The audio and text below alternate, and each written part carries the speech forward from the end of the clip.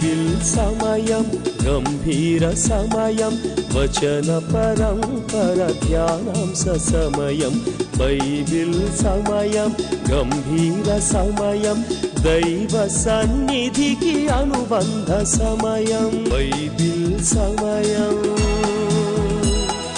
Bible సమయం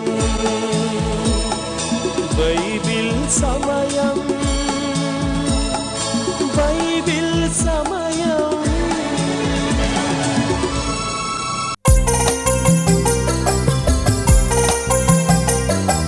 అపోస్తలుల కార్యాల గ్రంథం ఆది శిష్యుల కార్యాల ఘనము అపోస్తలుల కార్యాల గ్రంథం ఆది శిష్యుల కార్యాల ఘనము పరిశుద్ధాత్మ ప్రేరణ ధైర్యం సత్య సువార్త ప్రారంభ స్వరము క్రైస్తవ సంఘ ఆరంభ దినము పెంతెకొస్తు పండుగ పునాది దినము రోమా సామ్రాజ్యపు ముగింపు మూలం క్రీస్తు రాజ్య విస్తరణకు ప్రారంభము అపోస్తలుల కార్యాల గ్రంథము అపోస్తలుల కార్యాల గ్రంథం.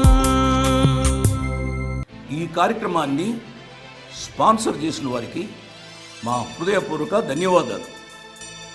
ఈరోజు కార్యక్రమాన్ని చూచి అనేకులు రక్షింపబడతారు, బాధలలో ఉన్నవారు ఆదరించబడతారు. దానికి కారణం మీరే. కాబట్టి ప్రభు మిమ్మలను నిండారుగా దీవించును కాక. Good evening, praise the Lord. దేవుని నామానికి స్తోత్రం. ఇంతవరకు మనల్ని సజీవంగా ఉంచిన ఆ ప్రియ ప్రభువుకు మనందరము కలిసి స్తుతించాలి, ఆరాధించాలి, కొనియాడాలి, పూజించాలి. ఆ ప్రియ ప్రభువుకు ఎన్ని స్తుతులు స్తోత్రాలు చెల్లించినా ఇంకా మనము రుణస్థులమే. ఆ ప్రియ ప్రభు మనల్ని ఎంతగానో ప్రేమిస్తున్నారు. ప్రియులరా, మనకంటే శ్రేష్ఠులు, విద్యావంతులు, అందచందాలు కలిగిన వారు, ఆస్తిపరులు కాలగర్భంలో గతించిపోతున్నారు. ఆయా యాక్సిడెంట్స్ చూస్తున్నప్పుడు వింటున్నప్పుడు హృదయాలు జలధరిస్తున్నాయి. ఎంత విచారకరమైన సంగతి అండి. పెళ్లి చేసుకోవడానికి వెళుతూ ఉంటారు ఇద్దరు యవ్వనస్తులు. ఒకే బస్సులో ఎక్కడికో గుడికి వెళ్ళి పెళ్లి చేసుకోవాలని ఆశపడుతూ ప్రయాణిస్తూ ఉంటారు. బస్సుకు ప్రమాదం జరుగుతుంది, ట్రైన్కు ప్రమాదం జరుగుతుంది, వాళ్ళు ప్రయాణం చేస్తున్న వాహనానికి ప్రమాదం జరుగుతుంది. ఎంత బాధ! వింటున్నప్పుడు చదువుతున్నప్పుడే బాధపడుతూ ఉంటే ఆ కుటుంబీకులు ఎంత బాధపడతారో ఆలోచించాలి. ప్రియులరా, ఈ రాత్రుల్లో ఈ వాక్యం వింటున్నప్పుడు కూడా ఆ ప్రియ ప్రభు మనల్ని ఇంతగా ప్రేమిస్తున్నారని గ్రహిస్తే నిండు హృదయంతో ఆ ప్రభు వారిని స్తుతించాలి అని నేను ప్రత్యేకంగా మీకు మనవి చేస్తూ ఉన్నాను. ఏమి చెల్లించి ఆ ప్రియ ప్రభు యొక్క ప్రేమ రుణాన్ని మనము తీర్చుకోగలుగుదామా అండి? కాబట్టి ఈ రాత్రిలో దేవుని వాక్యాన్ని వినడానికి వీలు కల్పించిన ఆ ప్రియ ప్రభుని స్తుతిస్తూ మన వాక్య ధ్యానంలోనికి వెళ్దాం. వాక్య ధ్యానంలోనికి వెళ్ళడానికి ముందుగా ఒక పాట వినాలి, ప్రార్థన చేసుకోవాలి. అన్నట్లు మీ ఆరోగ్యాలు బాగుగా ఉన్నాయి కదూ? మీ ఆరోగ్యాల కొరకు నిరంతరము ప్రార్థన చేస్తున్నాం. మీ ఇంట్లో ఉన్న యవ్వనస్తుల కొరకు ప్రార్థన చేస్తున్నాం. వారి యొక్క విద్యా ఉద్యోగాల కొరకు ప్రార్థన చేస్తున్నాం. వారి యొక్క వివాహాల కొరకు ప్రార్థన చేస్తున్నాం. మీ ఇంట్లో శాంతి సమాధానము తాండవించాలి అనేది మా యొక్క అభిలాష. కానీ ఈ దినాల్లో సాతానుడు అతడు విజృంభిస్తున్నాడు. కుటుంబాలలో శాంతి సమాధానం లేకుండా చేస్తూ ఉన్నాడు. ఈ సత్యాన్ని మీరు గమనించాలి. నా ఇంట్లో శాంతి లేదు, సమాధానం లేదు అని బాధపడుతున్నప్పుడు దీనికి మూల కారణమైన సాతాను యొక్క కుయుక్తిని గ్రహించి సాతానుని ఓడించే అనుభవంలోనికి రావాలని నేను ప్రత్యేకంగా మీకు మనవి చేస్తున్నాను. మంచిది, దేవుని యొక్క వాక్య ధ్యానంలోనికి వెళ్దాం. ముందుగా పాట విందాం.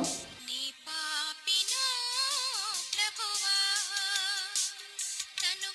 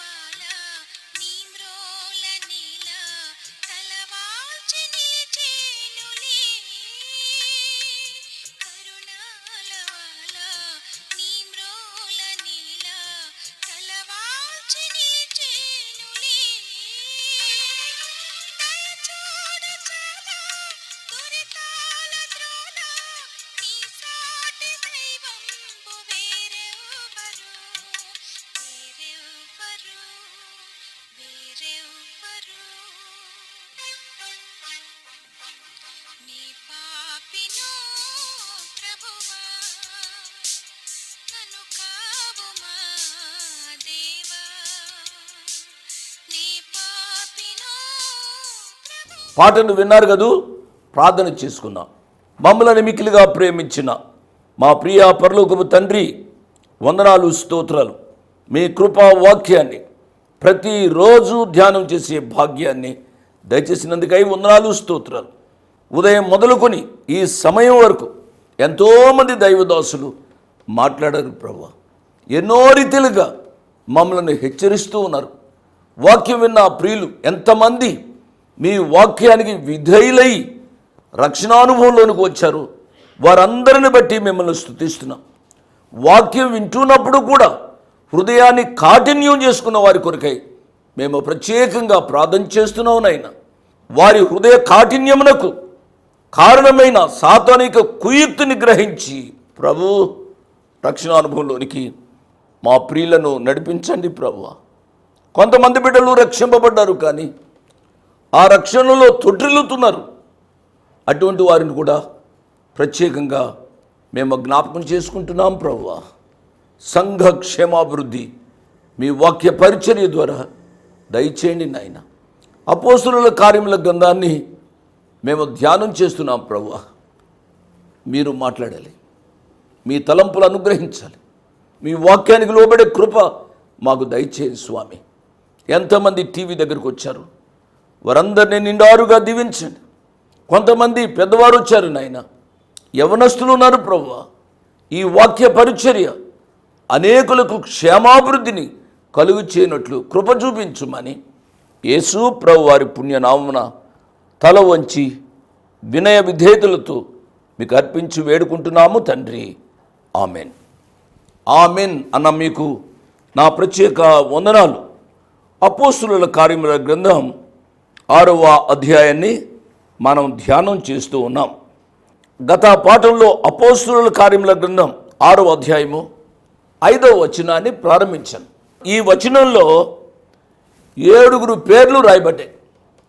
ఈ 7 పేర్ల యొక్క అర్థాన్ని నేను చెబుతున్నాను. టైం అయిపోయి ముగించాను. ఈరోజు కంటిన్యూ చేస్తున్నాను. రాసుకోవాల్సిన వారు రాసుకోనండి. 5వ వచనాన్ని చదువుతున్నాను. ఈ మాట జనసమూహం అంతటికి ఇష్టమైనందున వారు విశ్వాసముతోనూ పరిశుద్ధాత్మతోనూ నిండుకొనిన వాడైన స్టెఫను, ఫిలిప్పు, ప్రొకరు, నికానోరు, తీమోను, పర్మెనాసు, యూదుల మత ప్రవిష్టుడును అంత్యోకయ వాడును అగు నీకోలస్సు అను వారిని ఏర్పరచుకుంది. ఎప్పుడైతే వీరు మాట్లాడరు, దేవుని యొక్క ఆత్మతోనూ జ్ఞానంతోనూ అపోస్తలులు మాట్లాడరు, ఆ మాటలు జనసమూహం అంతటికి ఇష్టమైనందున అని మనం చదివాం. దేవుని నామానికి స్తోత్రం. అపోస్తలుల యొక్క మాట మీద దేవుని యొక్క ముద్ర ఉంది. దేవుని యొక్క ముద్ర ఉంది కాబట్టే జనసమూహం అంతటికి అంగీకారం అయ్యాయి. నా ప్రియులరా, మనము మాట్లాడుతున్నప్పుడు, మనము ఆలోచిస్తున్నప్పుడు దేవుని యొక్క ఆమోదాన్ని పొందే రీతిగా జీవించాలి. అనేక పర్యాయాలు మనుషుల యొక్క ఆమోదాన్ని పొందుతాం, కానీ దేవుని యొక్క ఆమోదాన్ని పొందినప్పుడు ఆ మాటలు దీవించబడతాయి. ఆ మాటలు అనేకులకు ఆశీర్వాదకరంగా ఉంటాయి. నేనెందుకు ఈ మాట చెబుతున్నాను అనగా, మనుష్యుడు తన యొక్క సొంత జ్ఞానంతో మాట్లాడి ఇతరులను ఒప్పించవచ్చు, కానీ నా ప్రియులరా, పరిశుద్ధాత్మ దేవుని యొక్క ఆమోదం మన మాటలపై ఉండాలి అనే ప్రత్యేకంగా మనవి చేస్తున్నాను. అపోస్తలుల యొక్క మాటలు జనసమూహం అంతటికి ఇష్టమయ్యాయి. అప్పుడు వారు ఏం చేశారు అనగా 7 ఏర్పాటు చేసుకున్నారు. ఆ 7 పేర్ల గురించి నేను చెబుతున్నాను. గత పాఠంలో నేను చెప్పింది స్టెఫను గూర్చి నేను చెప్పాను. స్టెఫను గూర్చి వ్రాయబడిన మాట ఏమిటి అనగా, విశ్వాసముతోనూ పరిశుద్ధాత్మతోనూ నిండుకొనిన స్టెఫను. దేవుని నామానికి స్తోత్రం. దేవుని సంఘంలో పనిచేసేవారు విశ్వాసముతో నింపబడాలి. విశ్వాసము వారి యొక్క జీవితాలలో గొప్ప కార్యాలు జరిగిస్తుంది. ప్రియులరా, అది పేద సంఘమైనా ఎటువంటి సంఘమైనా సంఘ పెద్దలలో పరిపూర్ణమైన విశ్వాసం ఉండాలి అని ప్రభు పక్షంగా నేను మనవి చేస్తున్నాను. ఈ విశ్వాసాన్ని గూర్చి అనేక పర్యాయాలు దేవునికి వాక్యంలో మనం ధ్యానం చేస్తూ వస్తున్నాం. విశ్వాసముతో అనేకములైన గొప్ప కార్యాలు చేసిన భక్తులు ఉన్నారు. హెబ్రీయులకు రాసిన పత్రిక 11వ అధ్యాయము మనము చదివితే అనేక సత్యాలు ఈ విశ్వాసాన్ని గూర్చి, విశ్వాస వీరులు గూర్చి మనకు అర్థమవుతాయి. నెంబర్ 1. నెంబర్ 2, ఇతడు పరిశుద్ధాత్మతో నింపబడినవాడు. దేవుని నామానికి స్తోత్రమండి. సంఘంలోని పెద్దలే కాదు, సంఘ కాపర్లే కాదు, ప్రతి విశ్వాసి కూడా పరిశుద్ధాత్మతో నింపబడిన వాడుగా ఉండాలి. ఈ రాత్రి మరొకసారి నేను చెబుతున్నాను, పరిశుద్ధాత్మ దేవుని యొక్క కృపా కార్యం ద్వారా మనము రక్షింపబడతాం. అది ఒకసారి జరిగే పరిచర్య అనుభవం. కానీ ప్రియులరా, పరిశుద్ధాత్మ దేవుని చేత నింపబడే అనుభవం దినదినము జరగాలి అని ప్రభు పక్షంగా నేను మనవి చేస్తున్నాను. అందుకనే పౌలు గారు ఎఫెసీ సంఘానికి వ్రాస్తూ, be filled with the holy spirit God, దేవుని పరిశుద్ధాత్మ చేత నింపబడుడి అని పౌలు గారు రాశారు. ఈ లక్షణాలు కలిగిన స్టెఫెను గారు, తదుపరి ఫిలిప్పును గురించి కూడా నేను చెప్పాను. ఫిలిప్పు అని అంటే అర్థం ఏమిటో నేను చెప్పాను. స్టెఫెన్ అంటే అర్థం ఏమిటో నేను చెప్పాను. ఫిలిప్పు గారికి 4 ఆడపిల్లలు ఉన్నారు. ఆడపిల్లల తండ్రి అనగానే ఏదో రీతిగా భావిస్తుంది లోకం. వారి పెంపు, వారి యొక్క పెళ్ళిళ్ళు, వారి జీవితంలో సెటిల్మెంట్స్, ప్రియుల ఆ తండ్రికి ఎంత బాధ్యత ఉంటుందో తెలిసిన వారికే ఈ విషయాలు తెలుస్తోంది. ఆడబిడ్డల తండ్రులరా, ఎన్నడూ బాధపడవద్దు. ఎందుకు అనగా ఫిలిప్పుకు 4 ఆడబిడ్డలు. They are wonderful daughters. ఫిలిప్పు గారు ఏ రీతిగా బోధించేవాడు, ఫిలిప్పు గారు ఏ రీతిగా సేవ చేశాడో, తనకి ఇవ్వబడిన 4 కుమార్తెలు కూడా ఆ రీతిగా జీవించారు. సువాసన వంటి మంచి ఆడబిడ్డలు, అనేక మందిని ప్రభు దగ్గరకు నడిపించిన ఆడబిడ్డలు. దేవుని నామానికి స్తోత్రం. ఆడబిడ్డలారా, మీ జీవితాలు ఎంతోమందికి ఆశీర్వాదకరంగా ఉండాలి. నిన్ను కన్న తల్లికి, నిన్ను పెంచిన తండ్రికి చెడ్డ పేరు తేవద్దని ప్రభు పక్షంగా నేను మనవి చేస్తున్నాను. ఈ నవీన యుగంలో ఆడబిడ్డల యొక్క జీవితాలు ఆశీర్వాదకరంగా లేకపోతే ఇంటికి నష్టం, ఆమె కూడా నష్టం అనే విషయాన్ని జ్ఞాపకం చేసుకోవాలి. ఒక తల్లి నాతో మాట్లాడుతూ చెబుతూ ఉంది, అన్న నాకు ఒక పాప ఉంది, ఆ పాపను బాగా చదివించాను, ఇంజనీరింగ్ చేయించాను. ఆయన ఎక్కడో పనిచేసేవాడు, గవర్నమెంట్లో పనిచేస్తున్నాడు, ట్రాన్స్ఫర్ అయ్యాడు.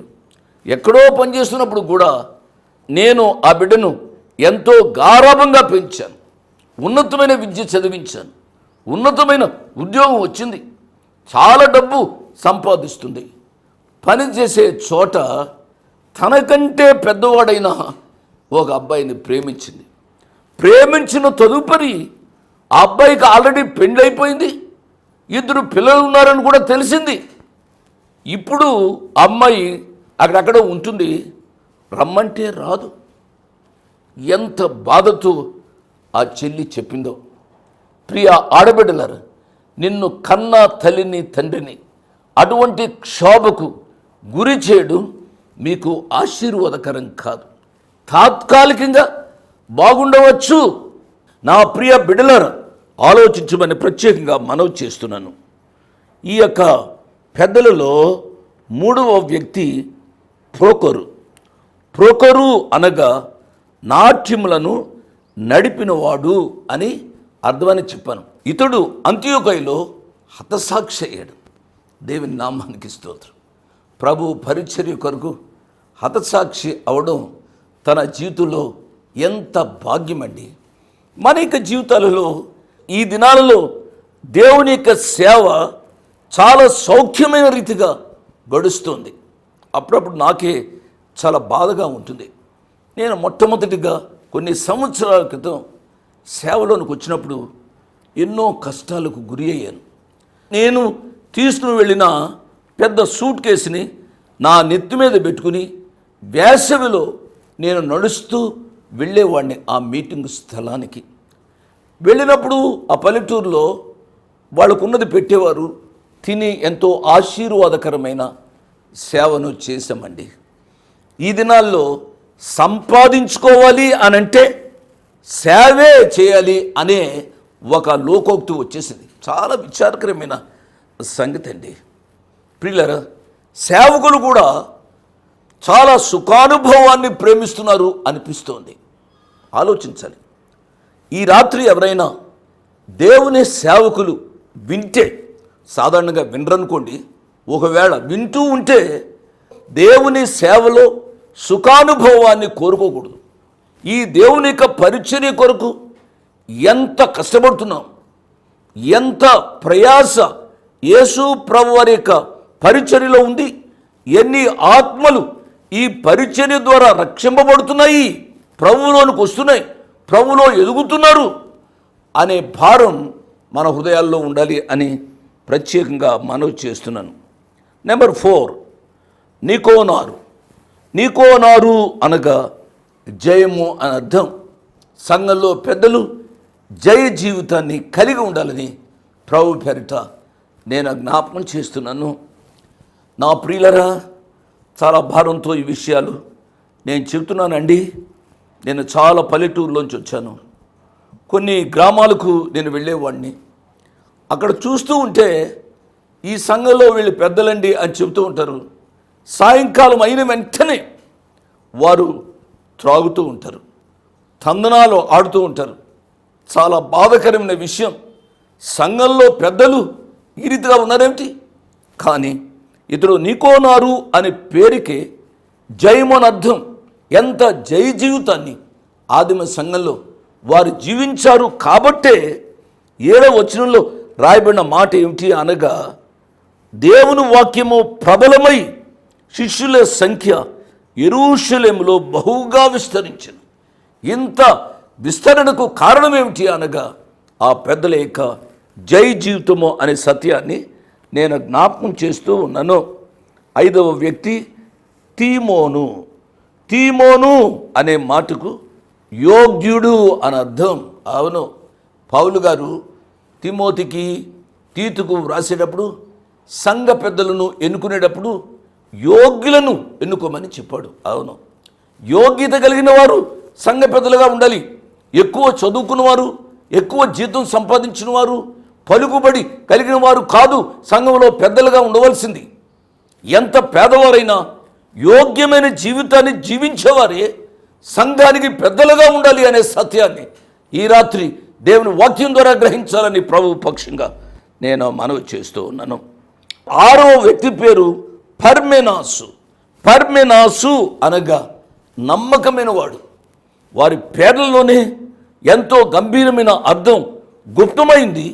ఆ రీతి వారిని పరిశుద్ధాత్మ దేవుడు, అపోస్తలులు ఏర్పాటు చేసుకోవడం ఎంత సంతోషకరమైన సంగతో ఈ రాత్రి మనము ఆలోచించాలి. 7వ వ్యక్తి ఎవరు అనగా యూదుల మత ప్రవిష్టుడును అంత్యోకయవాడును అగు నికోలాసు అను వారిని ఏర్పరచుకున్నారు. నికోలాసు అనగా ప్రజల మీద జయము పొందినవాడు. రాసుకుంటున్నారు కదూ. ప్రకటన గ్రంథంలో మనము ఈయన గూర్చి మనం ధ్యానం చేశాం. మీకు గుర్తుందో లేదో నాకైతే తెలియదు, కానీ ప్రకటన గ్రంథం 2వ అధ్యాయము 6వ వచనంలో ఈ రీతిగా వ్రాయబడి ఉంది. ప్రకటన గ్రంథం 2వ అధ్యాయము 6వ వచనాన్ని నేను చదువుతున్నాను. నికోలాయితుల క్రియలు నీవు ద్వేషించుచున్నావు, నేను కూడా వీటిని ద్వేషించుచున్నాను. 2వ అధ్యాయం అదే ప్రకటన గ్రంథం 14వ వచనాన్ని చదువుతున్నాను. అయినను నేను నీ మీద కొన్ని తప్పిదములు మోపవలసినది.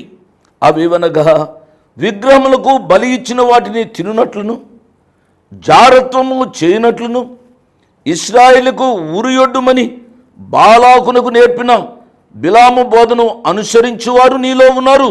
అటువలనే నికోలాయితుల బోధను అనుసరించు వారును నీలో ఉన్నారు.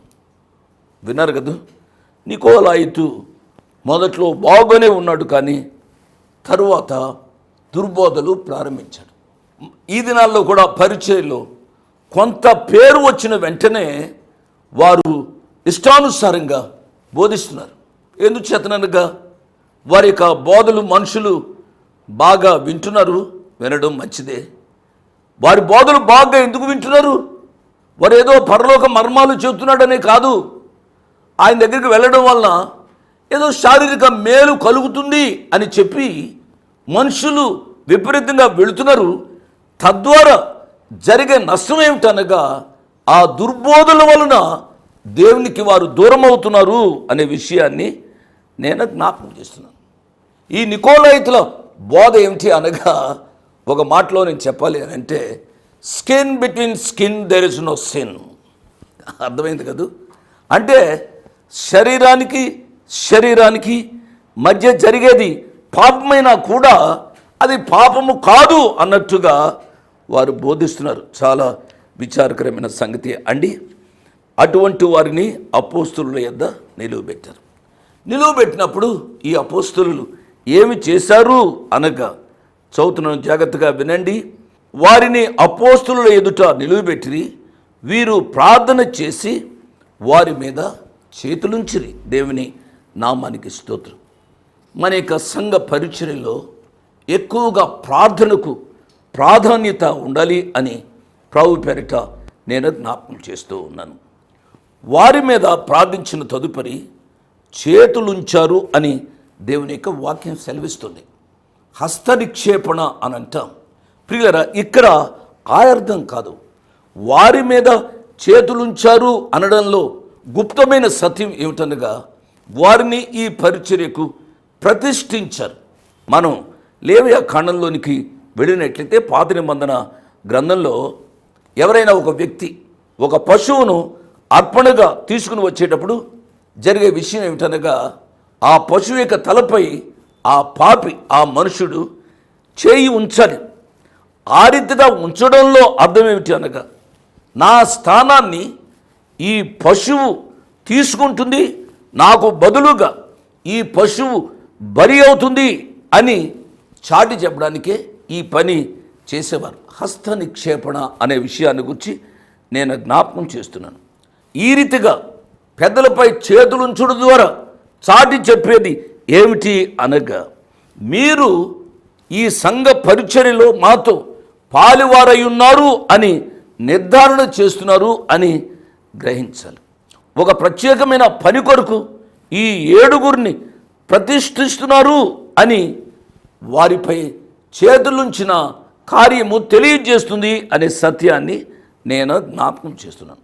ఒక మాట చెప్పి నేను ముగిస్తానండి. ఆదిమ సంఘంలో తమ సంఘస్థుల యొక్క ప్రతి అవసరాన్ని సంఘము తీర్చే రీతిగా కార్యక్రమాలు చేస్తూ వచ్చారు. నా ప్రియులరా, మన సంఘాలు దేవుని వాక్య ప్రకారము జీవించాలి. సంఘ కాపరి ఈనాడు కూడా కన్నీరు పెట్టుకోకుండా సంఘ కాపరిని ప్రేమించాలి. సంఘ పెద్దలు దేవుని వాక్యానుసారంగా పని చేయనట్లుగా వారు ప్రార్థనాపూర్వకంగా సిద్ధపడాలి. అప్పుడు సంఘాన్ని ప్రభు దీవిస్తారు, సంఘ కాపరిని ప్రభు దీవిస్తారు, సంఘ పెద్దలుగా ఉన్నవారిని ప్రభు దీవిస్తారు. అట్టి దీవెనకరమైన సంఘ కాపరులుగా, అట్టి దీవెనకరమైన సంఘ పెద్దలుగా, అట్టి దీవెనకరమైన సంఘంగా మన పరిచర్యలను దేవుడు నిండారుగా దీవించునుగాక. May God bless you. మన జీవితాల్లో నిజాయితీగా ఉండాలి అంటే మనం ఏమి చేయాలి? మనం తప్పు చేసినప్పుడు మనం దానిని ఒప్పుకోవాలి. మన జీవితాల్లో ఇతరులని మనము మొట్టమొదటిగా క్షమించాలి. అందరూ తప్పు వైపు ఉన్న మనము మాత్రం ఒక్కరుగా ఉన్న సరైన దాని వైపే మనము ఉండాలి. అందరూ తప్పుని సమర్థిస్తున్నా మనమందరము మాత్రం ఏ విశ్వాసంతోనేనైతే మనం సరైన దానిని నమ్ముతామో దాని కొరకు మనము నిలబడాలి. నిజాయితీపరుడు ఎప్పుడైనా నిజాన్ని చెబుతాడు. ఎలాంటి పరిణామాలైనా చవి చూస్తానికి సిద్ధంగా ఉంటారు. నిజాయితీపరుడు దేవుని విశ్వాసం ద్వారా సరైన దాని కొరకు నిలబడతాడు. దాని కొరకు అతనిని ఎంతమంది తిట్టినా, ఇష్టపడకపోయినా, ఎలాంటి పరిణామాలైనా అతని చెవి చూసినా నిజాయితీపరుడు మంచిదాని కోసము నిలబడతాడు. ఇలాంటి నీతి నిజాయితీ కలిగిన జీవితాన్ని మనము జీవించాలి అని ఆశగా ఉందా అంటే ఈ శనివారం ఆదివారం ఆరాధన ఛానల్లో 7:30కి ప్రత్యేకంగా మన జీవితాల్లో నిజాయితీ పరులుగా ఉన్నామా లేదా అని పరీక్షించుకుందాం. లేకపోతే నిజాయితీ పరులుగా ఎలా మారాలి అనేది బ్రదర్ పి భక్తి సింగ్ గారు ప్రత్యేక వాక్య పరిచర్య నిజాయితీ అనే అంశం మీద చేస్తారు. కాబట్టి ప్రతి ఒక్కరు ఈ ప్రోగ్రాంని వీక్షించండి, దీనిని మాత్రం మీరు మిస్ కాకండి. My dress 1-1-214/2 flat number 505506 1-1-214/2 flat number 505506 Prithvi Apartments Extension Vivek Nagar Chikkarpalli Hyderabad 20. దేవుడు మిమ్మల్ని నిండారుగా దీవించునుగాక. ఆమేన్.